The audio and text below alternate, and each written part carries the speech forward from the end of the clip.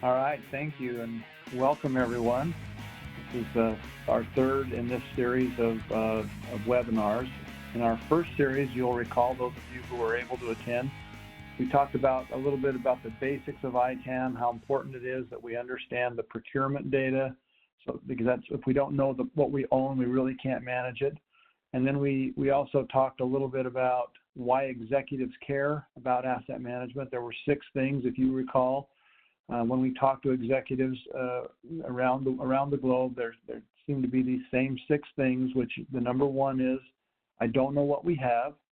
Number 2 is, I don't know what it costs. Number 3 was they were concerned about security, regulatory concerns, compliance issues. Number 4, they were concerned about their end users having a good experience with good assets and good refresh and giving them the tools they needed.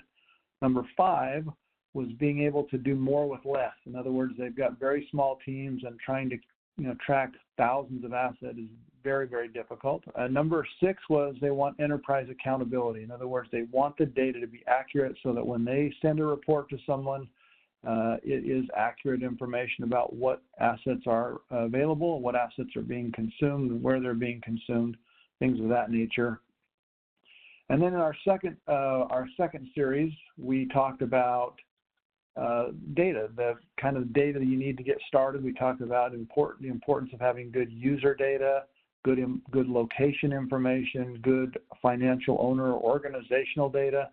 And then we kind of talked about how important it is to know where that asset came from a procurement perspective. And so today, what we're going to do in this section is we're going to show you the Ivanti Asset Manager tool that takes advantages of the things we've just discussed, both the executive concerns, ITAM best practices, and leverages that really important foundational data to give you a good solution out of the box or out of the cloud, if you will, depending whether you're on premise or in the cloud. So what I'm going to be describing and showing is the Asset Manager. This is a live version that's being hosted in the cloud.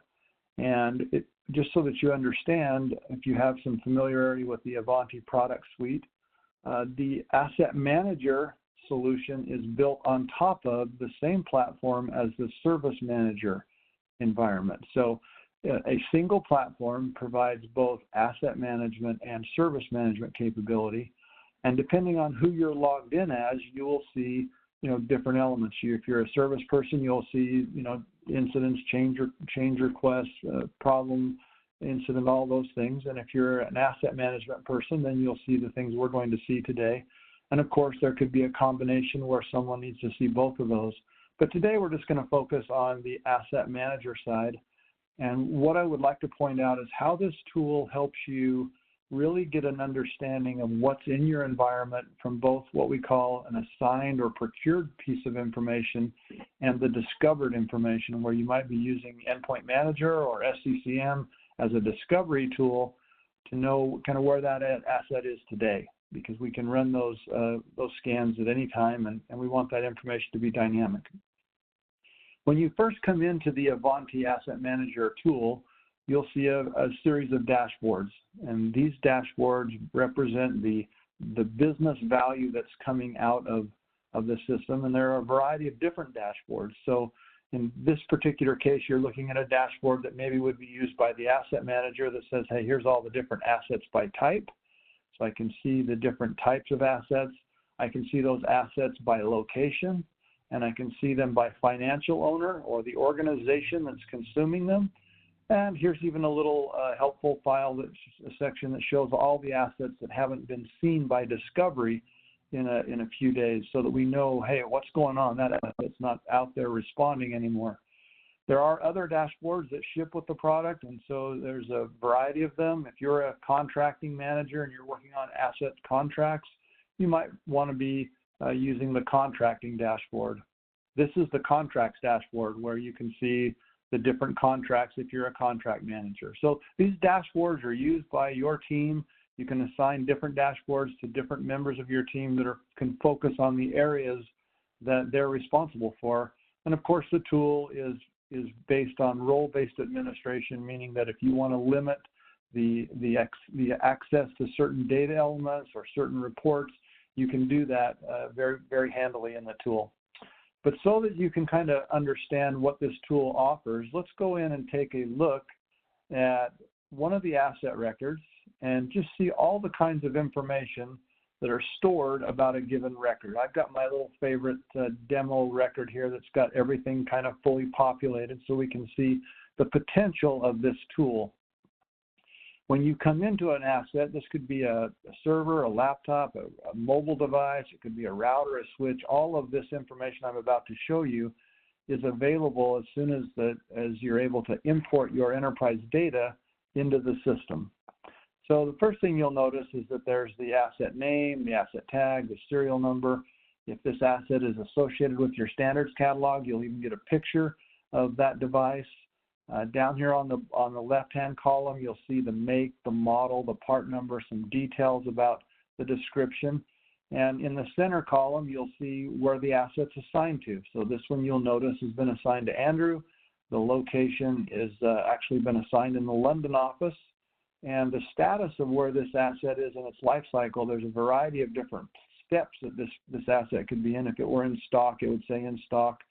But in this particular case, it's been assigned. You can tell whether it's a production asset or whether it's a test environment or some other kind of a description. Anywhere there's a pencil, the tool allows you to modify those. You can see that I've created one called Test Todd. I think that was in the last demo, just showing how easy it is to edit that information. So I can come back in and change that back to super good. And you can see how easy it is to modify some of these new attributes. In the center column, you'll have some information about the context. Remember, our third issue that the executives were concerned about was security, and how is that asset being used relevant to regulatory issues or security issues. So here, the security team can participate with you in the management of this asset, and you can set different flags as to how much security information is on that device. So if this device has some really high customer information, maybe some social security numbers or credit card information, you can put that here. If there's some regulatory issues, maybe you've got some SOX or HIPAA or GDPR data on this device, you can specify that. That way your security team can run special reports that say, show me any asset that has these special considerations, and I want to know if they're assigned to a different person or if they don't show up on the scan. So it's a great way for your security team to participate with you. On the right-hand side, because we're going to pull in that purchasing information, we know the purchase date. And because the purchase date is there, the system automatically generates the age of the asset in months.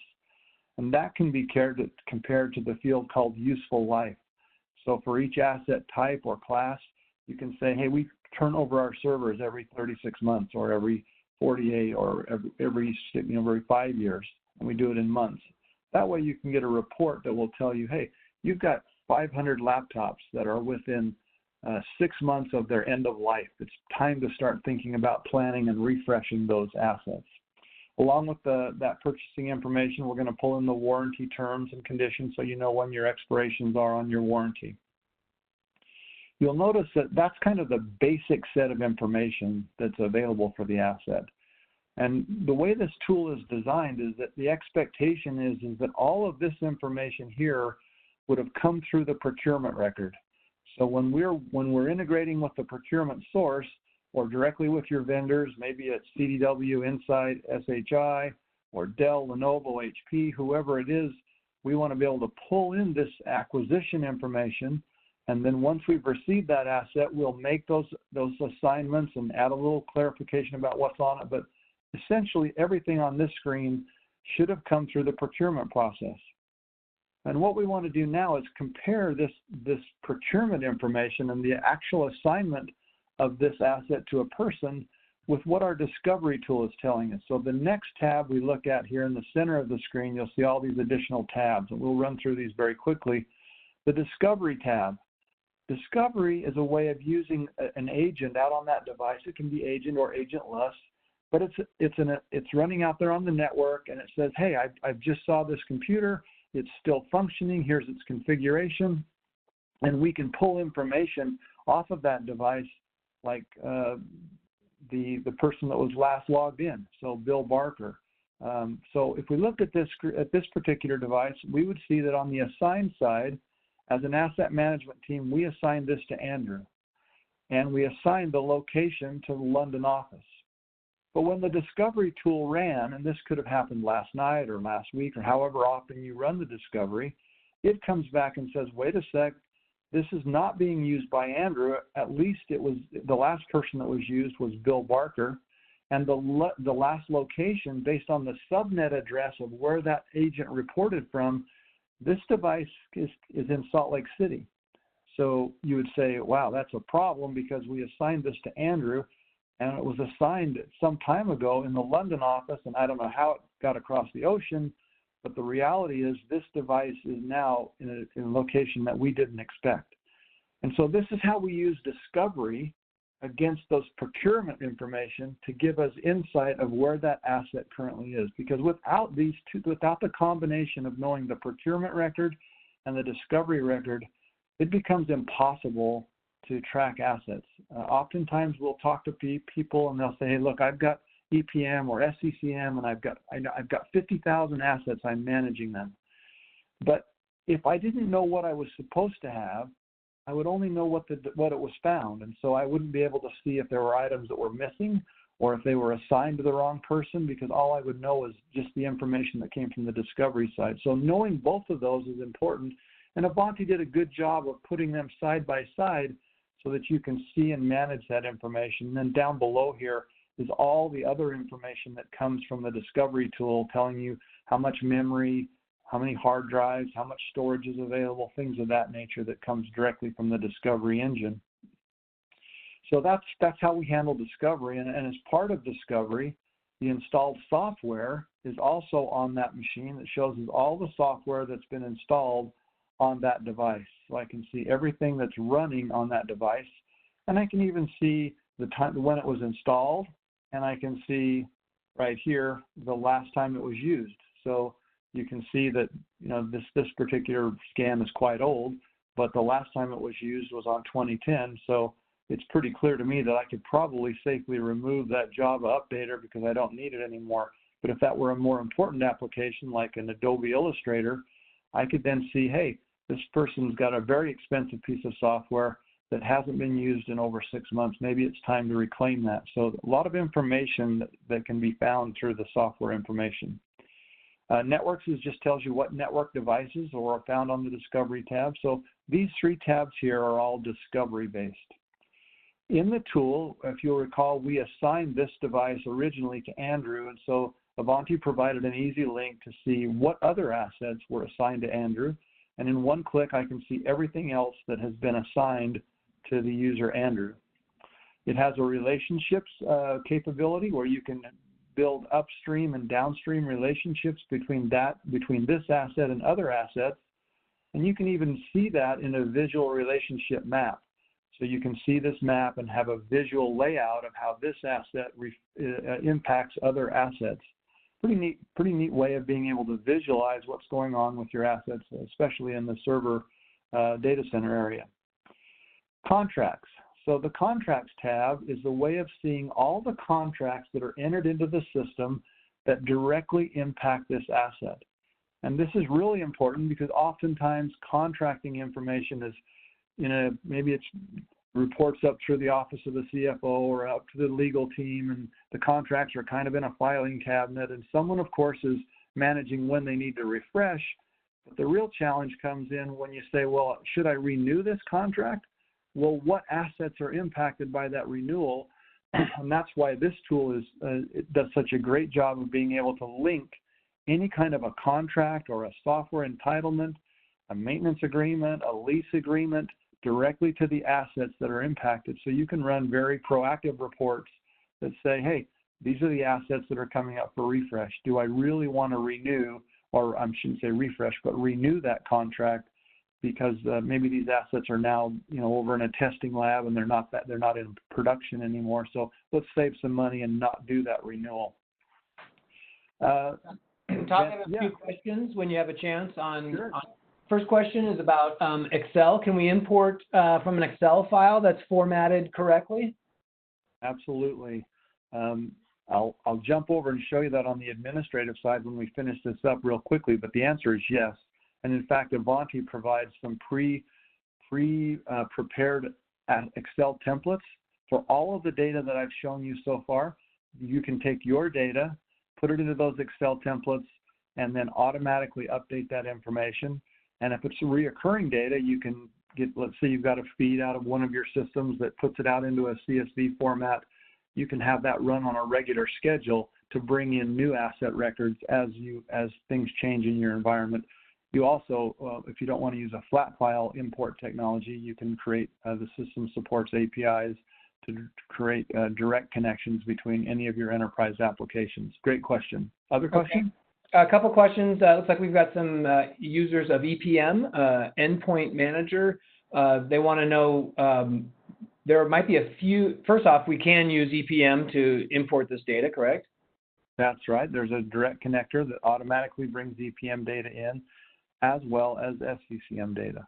Okay, and then on some of the warranty questions there was some that might be manual entry, like the warranty term. I'm not sure if you know if the warranty term, is that something that is imported, or is that something that we'd have to do more manually? So there are, in EPM, there are some B2B connectors that have been built over the years that go out to various providers, HP, Dell, and pull in that warranty information directly into EPM. And so you can import that information. If you have it through your B2B connectors in EPM, you can automatically bring that in so that you don't have to, I mean, the goal here is to not really have to type anything. The goal is to have that data coming from some other source, and certainly the warranty would be part of that. Okay, perfect. And similar question then with the Dell connector then, that would import purchase date for us, right? We wouldn't have to go in and manually put that in.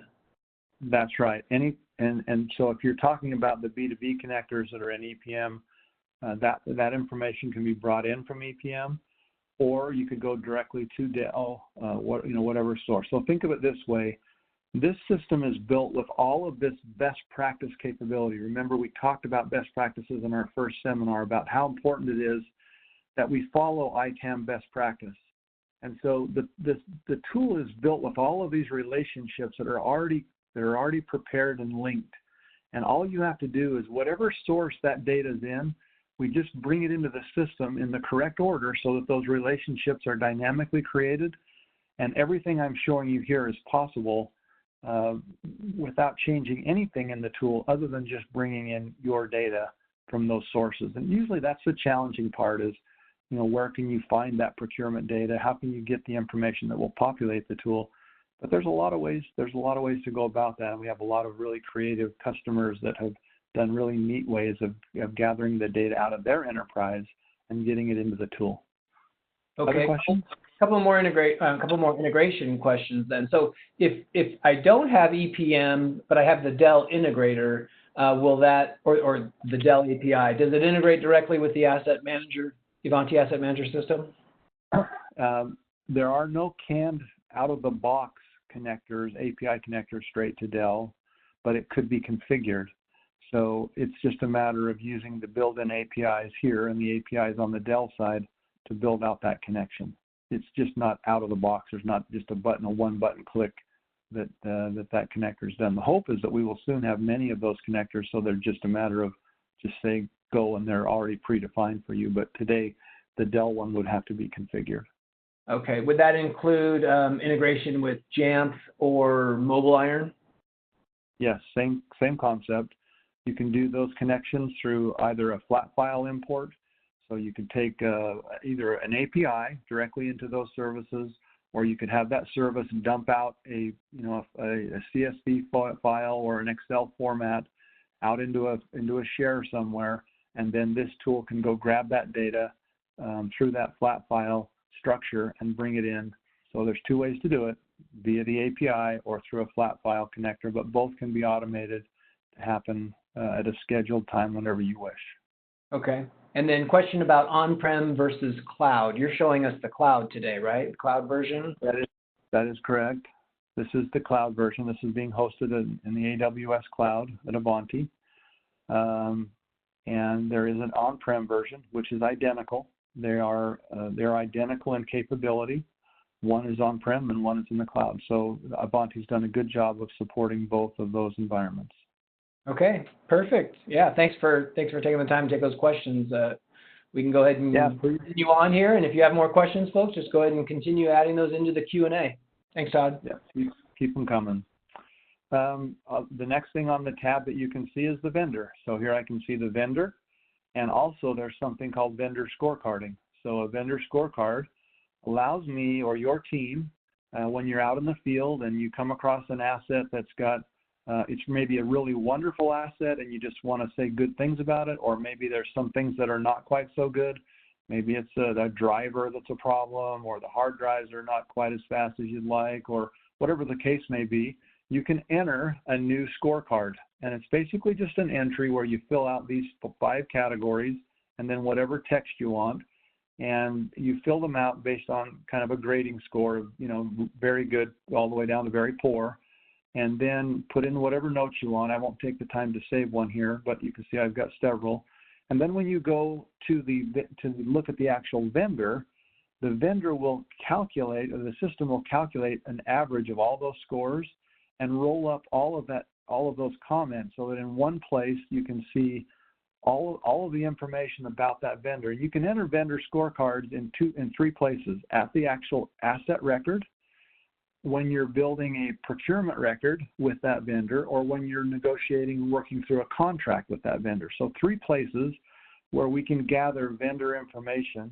And that's really helpful because, as vendors, we want to earn your business. And so once a year we try to renew, and we'll come out, take you to dinner, and all those great things that the salespeople do. But what's nice with the Asset Manager solution is that you can go back and pull up some of this information and say, hey, a year and a half ago, or a year ago, 6 months ago, we had a problem that caused us, some real challenges here. How do we not do that again? And so that information can be really useful as you're trying to negotiate with your vendors.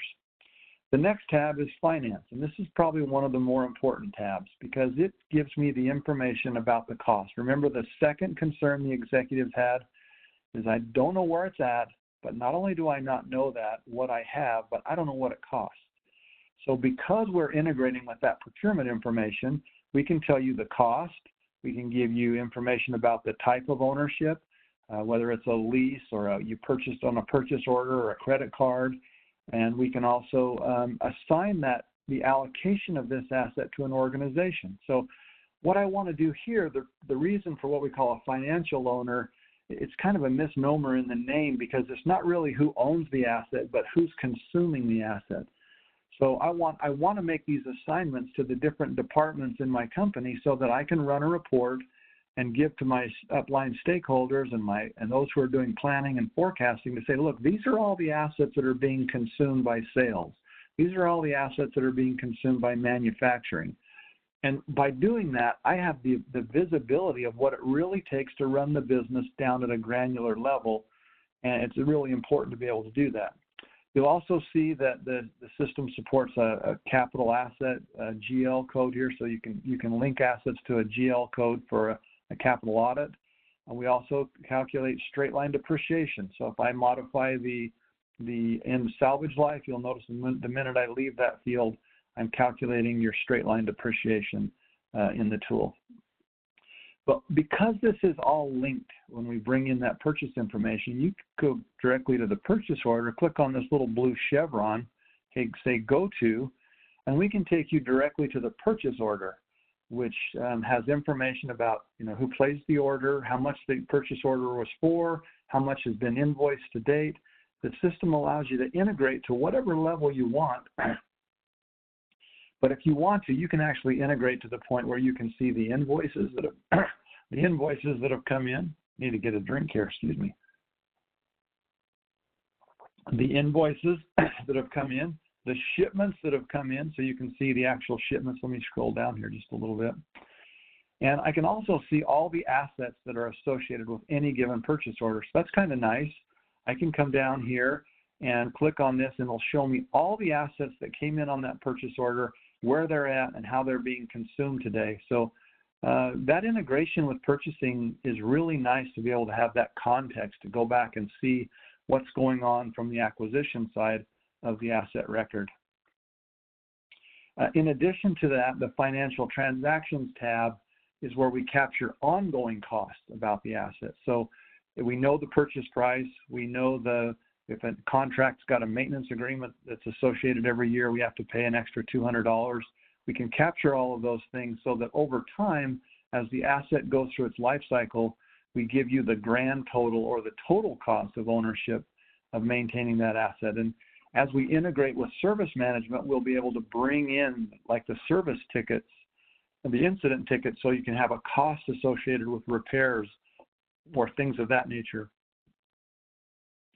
For every asset, you can assign notes, a note field, which allows you to be able to put some notes in here about maybe how to use the asset, policy notes, things of that nature that would help the user consume or manage the device.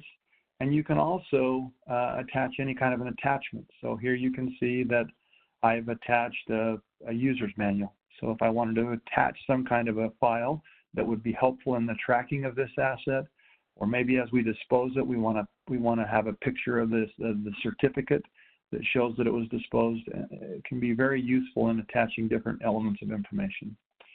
As we scroll a little bit farther to the right, there's 3 more things we need to discuss. One is inventory transactions. The tool does a good job of tracking every time the asset changes from one person to another. So in preparation for our demo today, I was doing some changing of the assets. I changed it from Abigail over to Andrew, back to Abigail, and then back to Andrew. And you can see the date and timestamp for when those changes happened, so that I know every time an asset changes hands or locations, it's tracked in this system in one place. I don't have to go digging through the history. It's all right there. The next thing is the scan log, and the scan log is where we capture information that was changed using the barcode scanner. So the system, Ivanti supports a Android-based scanner where you can go out in the field, you scan an asset tag, it makes a call directly to the system, brings back all the details about that, and you can update those records right on the fly, and that information would be stored here. I don't have any for this particular record. And the last thing is the audit history. Audit history for the key attributes that you want to turn auditing on. It will tell you the time and date of when that change was made. It'll tell you the administrator that made the change, the event, what was it a system event or an update by a person, and then the value before and the value after.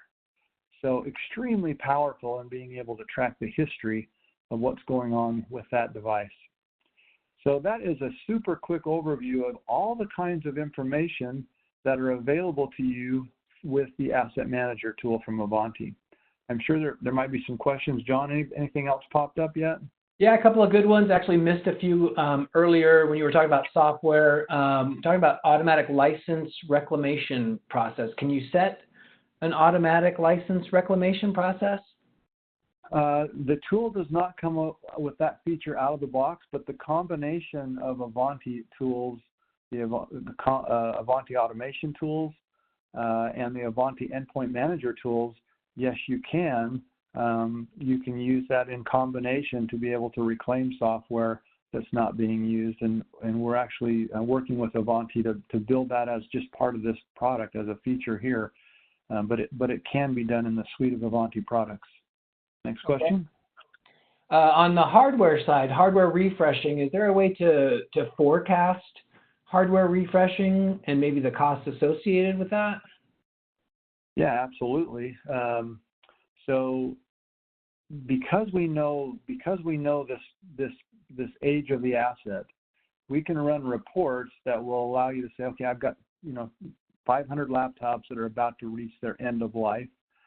Because we know the cost of those assets, you can look at the original price, and then you can also, if you wanted to, it's a configuration feature, but you can go to the catalog, and in the catalog select the new item that you want to replace that with, and then use that as the price of replacement. So with a little bit of configuration, you could actually come up with the price of the new product that you plan on replacing them with.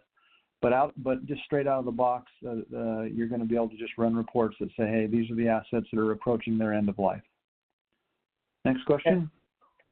Yeah, back to EPM and bringing the data in the discovery. If there's a discrepancy in the discovered values, where can you rectify that between UEM and Asset Manager? Well, that's a great question, and it's a question that's frequently asked. And so, at some point, if you determine that your discovered source is the absolute source of truth, in other words, that's what you want, that's where you think the assignments really are, and you only want to do that occasionally. Some people say, well, I always want my discovery to be the source of truth, and that's a dangerous position to be in, because then somebody can just take their laptop, move it wherever they want, and you're just going to assume that's where it belongs. So the best practice recommendation would be that once you're getting started and you don't really know where they are today, but you'd like to use your discovery as the baseline, then what we can do is you can create a quick action, or you can use the some of the bulk updating tools to say replace this value with the assigned value with the discovered value, and that way you can make those updates. And individually, you can always go in there and override any of the discovery data, right? Well, you're never going to override the discovery data. You're just simply going to look at the discovery data and then come back over here and change the assigned value. So if you're saying this really is being used by Bill Barker and it really is in the London office, then you would just simply come over here and make the assignment changes on the record, and then you'd be off and running. Okay, great. Question on alerts. Is there a way to set up alerts for an asset? Like say computer memory is low or server is down. What kind of alerting capabilities do we have? Sure, there's a couple of ways you can do that. And I'll jump over here to the administrative console so we can see some of that. I'll go here and we'll open up one of the business rules, business objects. So the system has a SQL backend, but it's front-ended by a kind of a business objects model. And in each of these business objects, there's a variety of business rules. So business rules are, if you think of them, they're kind of like a database listener. They're just listening to events, and they're waiting for something to happen. And when a certain condition exists, you could call a workflow, which that workflow then could go out and create a notification or get approvals. I'll show you an example of what one of those might look like. So the workflow editor is kind of a drag and drop environment. They're very easy to create. If you're wanting to get approvals, this particular one is for a contract. So you go out and get the approvals, and the approvals go out. They get sent to a specific user where you can identify it through email. That email is sent to someone that they send the email back as approved or denied. And it's very easy to modify these. You just simply drag the information out into the grid. Or if I were doing an email notification and I wanted to notify something when a certain event happened, when, let's say, I'm within 6 months of a renewal of an asset, I wanted to send a notice out to someone, I could use this same kind of a technique using the workflow engine and the business rules to be able to go out and kick off that process so that I can have all kinds of collaboration with my team members. Okay, great. Let's see. EPM has a license per endpoint. Asset Manager is licensed in what way? How are we pricing Asset Manager? Well, it depends on the model you're coming in at. If you're under an ELA, it's different than if you're just licensing the product separately. But normally it's based on the number of assets. I'm not the best at the sales side, so we'll maybe just catch an email there and have Steve give them a call, because I'm not that familiar with it, but I do know it is based on the number of assets. For IT assets. Okay, great. Back to the forecasting of the hardware refreshing. Is there any report that you recommend or any favorite reports that you have? There's several different dashboards that talk about that. Let me see if we can find one here. That's assets by inventory. I'll have to look for that. If you want to catch an email, I'll be glad to send something back. There's one of these dashboards that actually shows the asset refreshes, and I just can't seem to remember where it's at right now. Okay. We can look for that and follow up with you after that. Michael will send that out to you. Thanks for that question. Is there a way in the import, is there a way to import skip, let's see, is there a way to have the import skip the issue fields versus not importing the machine? Say that again? Is there a way to have the import, I guess when you're importing off of maybe a spreadsheet, is there a way to not import the machine or skip certain fields, I guess is the question. You have complete control on what you want to import.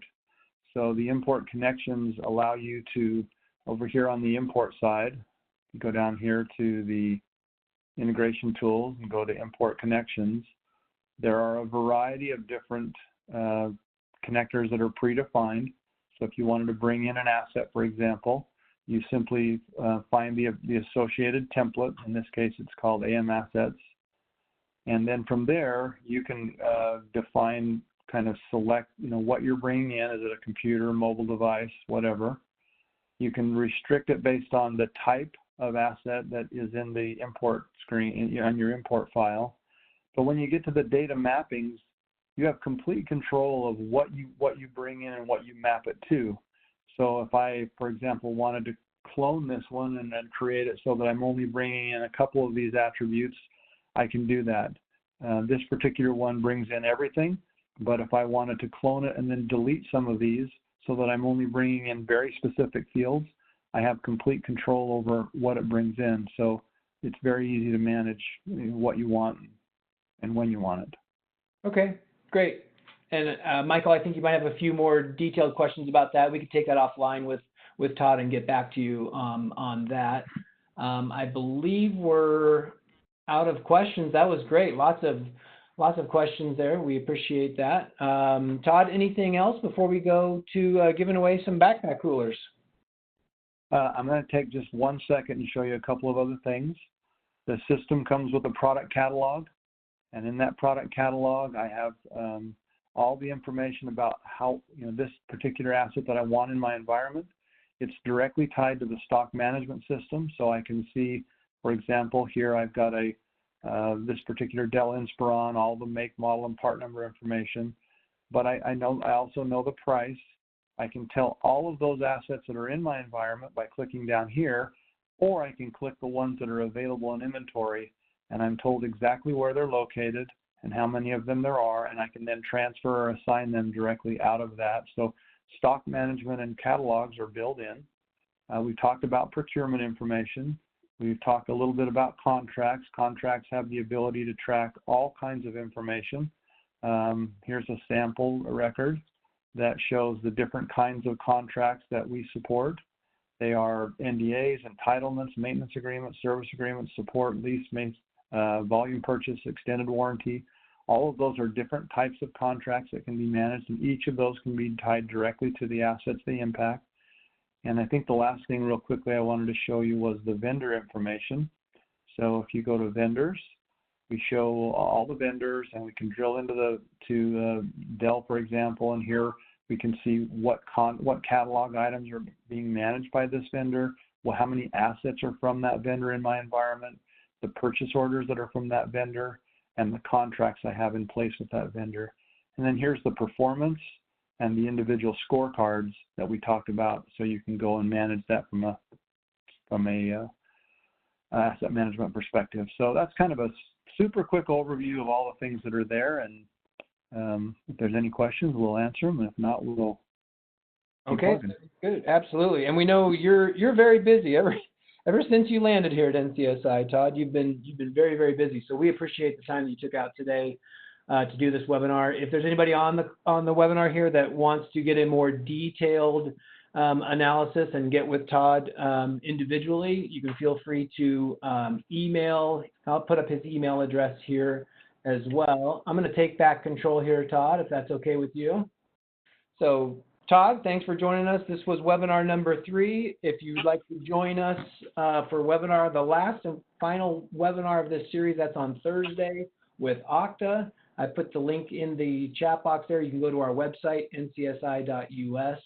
If you have any questions for Todd, we've got his email address there as well. Todd, we know you're busy, but we appreciate your time today, and thanks for joining us. You bet. Thank you. Hope everybody has got something out of it, and if we have questions, we'd love to help you. Great. Thanks, Todd. And folks, thanks for joining us today. And that concludes our 3rd webinar, and we'll see you on Thursday. Thanks, and have a great day.